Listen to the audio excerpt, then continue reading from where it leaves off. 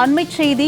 அஜித்குமார் கொலை வழக்கு தொடர்பாக திருபுவனம் காவல் நிலைய சிசிடிவி பதிவுகள் குறித்து சிபிஐ அதிகாரிகள் விசாரணை நடத்தி வருகின்றனர். இதனை நாம் அண்மைச் செய்தியாக பார்த்து வருகிறோம்.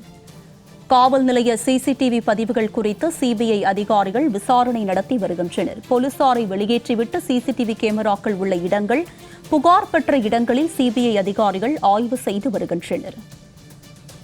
இது பற்றிய கூடுதல் விவரங்களோடு இணைக்கிறார் எமது மதுரை செய்தியாளர் சல்மான். அவரிடம் விவரங்களை கேட்டு பெறலாம். சல்மான், சிபிஐ அதிகாரிகளுடைய விசாரணை தொடர்பான அண்மை தகவல் என்ன? பதிவு பண்ணுங்க.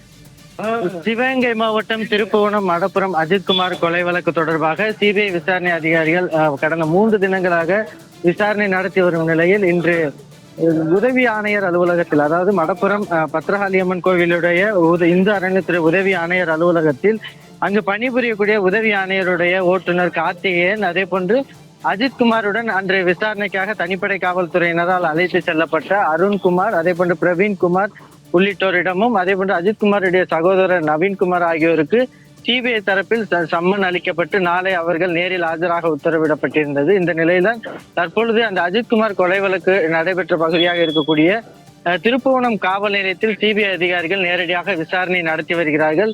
அஜித்குமார் அந்த கடந்த 27ஆம் தேதி அன்று விசாரணைக்காக அழைத்து வரப்பட்ட சிசிடிவி காட்சிகள் தொடங்கி அந்த திருப்புவனம் காவல்துறை நிலையத்திலிருந்து அந்த தனிப்படை காவல்துறையினர் அஜித்குமாரை அழைத்து சென்றது வரைக்குமாக, அதே போன்று அடுத்தடுத்த நாட்களில் என்னெல்லாம் நடந்தது என்பது குறித்தான அந்த காவல் நிலையத்தில் உள்ள சிசிடிவி காட்சிகள் அனைத்தையும் நகல் எடுத்துக் கொண்டிருக்கிறார்கள். அதே போன்று இந்த விசாரணை நடத்தப்படும் போது உள்ளே இருந்த காவலர்கள் மற்றும் காவல் அதிகாரிகள் அனைவரையும் வெளியேற்றிவிட்டுதான் சிபிஐ அதிகாரிகள் தற்பொழுது அந்த விசாரணையை தொடங்கியிருக்கிறார்கள். தொடர்ச்சியாக அஜித்குமார் கொலை வழக்கு தொடர்பாகவும் நிக்கிதா அளித்த புகார் தொடர்பான அனைத்து ஆவணங்களையும் கைப்பற்றி தொடர்ந்து விசாரணை தீவிரப்படுத்தி இருக்கிறார்கள்.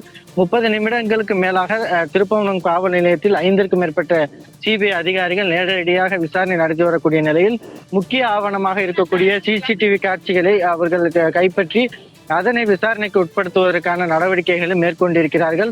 30 நிமிடங்களுக்கு மேலாக சிபிஐ அதிகாரிகள் நடத்தக்கூடிய இந்த விசாரணையில் முக்கியமான ஆவணங்கள் மற்றும் அந்த காவல் நிலையத்துடைய ஆய்வாளர் ரமேஷ்குமார், அதே போன்று ஏடிஎஸ்பி சுகுமாரன் உள்ளிட்டோரிடம் கூட அந்த சிசிடிவி குறித்தான கேள்வியும் எழுப்பப்படும். அதே போன்று முதல் தகவல் அறிக்கையில் முதலாவதாக அஜித்குமார் தவறி விழுந்து உயிரிழந்ததாகவும், பின்னர் அவர் தனிப்படை காவல்துறையினால் தாக்கி கொலை செய்யப்பட்டதாகவும் கொலை வழக்காக மாற்றம் செய்யப்பட்டது. இந்த முதல் தகவல் அறிக்கை தொடர்பான விசாரணையும் சிபிஐ அதிகாரிகள் மேற்கொண்டு வருகின்றனர். உமா, உங்களுடைய விரிவான விவரங்களுக்கு நன்றி சல்மான்.